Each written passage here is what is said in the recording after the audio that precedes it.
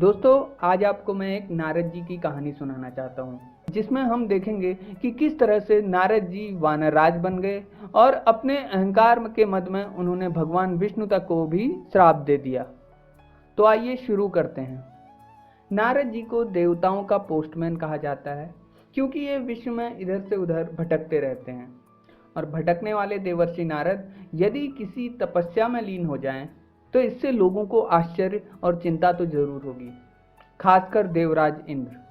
तो हुआ यूं कि एक बार जब नारद मुनि किसी तपस्या में लीन थे एक पेड़ के नीचे, तो देवराज इंद्र को बड़ी ही चिंता होने लग गई। चिंता इस बात से कि उन्होंने सोचा कि नारद मुनि को क्या हो गया। ये तो पूरे विश्व में भ्रमण करते हैं, आखिर ये तपस्या क्यों कर रहे हैं? क्या ये मेरा सिंहासन हासिल करना चाहते हैं? क्या ये मेरा राज्य हासिल करना चाहते हैं? तो इसी चिंता में देवेंद्र परेशान थे। तो उन्होंने कामदेव के पास जाकर बोला कि जाओ देवर्षि नारद की तपस्या भंग करो, अन्यथा हमारा देवलोक में रहना मुश्किल हो जाएगा। तो कामदेव जाते हैं और नारद मुनि के सामने एक ऐसे प्रपंच रचते हैं कि उनकी तपस्या विघ्न हो जाए। और बड़ी कोशिशों के बाद भी जब नारद मुनि की तपस्या में कोई विघ्न न पड़ पाया, तो कामदेव ने नारद मुनि पे कामबाण का वार कर दिया। इस कामबाण के वार के बावजूद नारद मुनि की तपस्या में कोई विघ्न न हो पाया। उनकी तपस्या चलती रही और जब वो तपस्या से जागे तो वो बड़े ही खुश थे। वो इस बात के लिए खुश थे कि कामदेव का कामबाण भी उनको उनकी तपस्या से डिगा नहीं पाया। एक और खुशी थी, और वो खुशी ये थी कि इससे पहले केवल देवादिदेव महादेव ही कामदेव के कामबाण से बच पाए थे, और इसके बाद नारद मुनि। अब नारद मुनि को ये लगने लगा कि वो तो भगवान शंकर के बराबर हैं। जिस तरह से भगवान शंकर काम पे विजय प्राप्त कर चुके हैं, उसी तरह नारद मुनि भी काम पर विजय प्राप्त कर चुके हैं। तो इस खुशी को वो छुपा नहीं पा रहे थे और अपनी ये कहानी पूरी दुनिया में वो सबको बता रहे थे। अपनी खुशी और इस कहानी की वजह से नारद एक अभिमान में चूर हो गए थे और उनको लगने लग गया था कि वो शंकर भगवान के बराबर हैं। उनकी जब ये कहानी भगवान विष्णु के पास पहुंची, तो भगवान विष्णु को इस बात का एहसास हो गया कि नारद अब अहंकार के मद में चूर हो गए हैं, जिसे तोड़ना अब जरूरी हो गया है। तो भगवान विष्णु ने अपनी माया से एक बड़ी ही सुंदर नगरी का आविष्कार किया और वहां की राजकुमारी को भी पूरी ब्रह्मांड में सबसे बड़ी सुंदरी बनाया। तो एक बार जब जाते जाते नारद मुनि ने उस नगरी को देखा, तो वो बड़े आश्चर्य में आ गए। ये नगरी आज तक मेरी आंखों से ओझल क्यों रही? मैं तो इस रास्ते से आता जाता रहता हूं, तो फिर आज तक ये नगरी मुझे दिखी क्यों नहीं? तो अब इस नगरी का दर्शन तो मुझे करना ही पड़ेगा। ये इच्छा लिए वो उस नगरी में प्रवेश करते हैं। नगरी की सुंदरता देख के उनका मन बड़ा ही गदगद हो जाता है। अब वो नगरी के बागों में पहुंचते हैं। उस बाग के सुंदर सुंदर फूलों को देखकर और उनकी सुगंध लेकर नारद मुनि आत्मविभोर हो जाते हैं। उसके मीठे मीठे फल खाकर नारद मुनि के तसल्ली की कोई सीमा न रहती। और पेड़ के पीछे जब उन्होंने उस नगर की राजकुमारी को देखा, तो वो तो राजकुमारी पर मुग्ध ही हो गए। वो सोचने लगे कि अब मुझे इस राजकुमारी के साथ विवाह करना है। घूमते घूमते नारद जी को नगर के लोगों से ये पता चला कि वो राजकुमारी अगले दिन स्वयंवर रचाने जा रही है। जो भी राजकुमार या राजा राजकुमारी को पसंद आ जाएगा, राजकुमारी उसको ही वरमाला डालेंगी। ये सोचकर नारद मुनि ने ये सोचा कि अब मुझे इस स्वयंवर को जीतना ही होगा। तो स्वयंवर को जीतने के लिए उन्होंने सोचा कि उनका जो यह भेष है, जो एक मुनि की तरह का है, ये शायद काफी ना हो। वो चाह रहे थे कि वो एक राजकुमार की तरह ही उस स्वयंवर में जाएं। तो इस इच्छा से वो तुरंत भागते हुए भगवान विष्णु के पास पहुंचे। भगवान विष्णु को प्रणाम कर उन्होंने कहा, हे भगवान विष्णु, मुझे एक राजकुमारी से प्रेम हो गया है और अब मुझे उस राजकुमारी के साथ विवाह करना है। तो भगवान विष्णु ने कहा, नारद मुनि, आपकी इच्छा अति उत्तम है। आप जाइए, हमें विश्वास है कि वो राजकुमारी आपको मना नहीं करेगी। तो नारद मुनि ने कहा, हे प्रभु, मैं इस मुनि रूप में शायद राजकुमारी को पसंद ना आऊं, तो आप मुझे हरिमुख प्रदान कीजिए, ताकि मैं एक राजकुमार की तरह राजकुमारी के सामने जाऊं और राजकुमारी मुझे अपने वर के रूप में पसंद करे। तो भगवान विष्णु ने तथास्तु कह दिया। नारद मुनि भगवान विष्णु के इस तथास्तु को सुनकर इतने खुश हुए कि वो भागे भागे चले गए। उन्होंने अपने चेहरे पर हाथ भी न लगाया। उन्होंने सोचा कि शायद उनके हाथ से उनका चेहरा खराब हो जाएगा। इतने सुंदर चेहरे पर किसी का हाथ भी नहीं पड़ना चाहिए। अब हरिमुख का आशय नारद जी ने तो ये सोचा था कि भगवान विष्णु का जैसा स्वरूप, क्योंकि भगवान विष्णु का एक नाम हरि भी है। लेकिन भगवान विष्णु ने नारद जी को हरिमुख प्रदान किया। हरि का आशय यहाँ उन्होंने वानर से लिया, तो नारद जी को उन्होंने एक वानर स्वरूप प्रदान किया। लेकिन नारद जी तो तथास्तु सुनकर ही इतने खुश थे कि उन्होंने इस बात पर ध्यान ही नहीं दिया और तुरंत वो स्वयंवर में जा पहुंचे। स्वयंवर में सबसे देर से आने के कारण सबसे किनारे वाले आसन पर वो बैठे थे।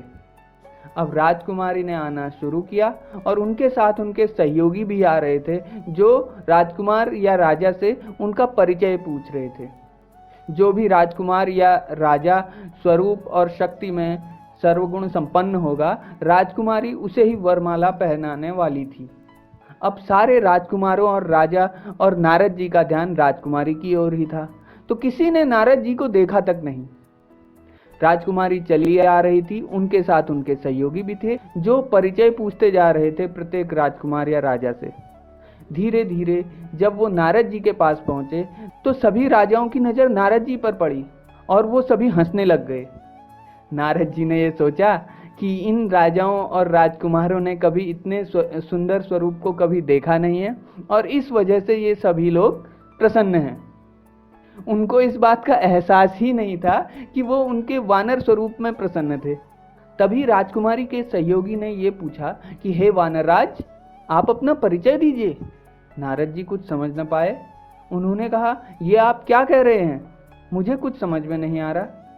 नारद जी की ये बात सुनकर राजकुमारी और उनके सहयोगी दोनों हंस पड़े और उसके बाद पुनः राजकुमारी के सहयोगी ने बोला, हे वानरराज, आप कौन हैं, अपना संपूर्ण परिचय दीजिए। अब नारद जी के क्रोध का कोई ठिकाना न था। उन्होंने कहा, हम वानरराज नहीं हैं। नारद जी का उत्तर और उनका क्रोध देखकर राजकुमारी डर गई और उनके सहयोगी के साथ वो आगे बढ़ गई।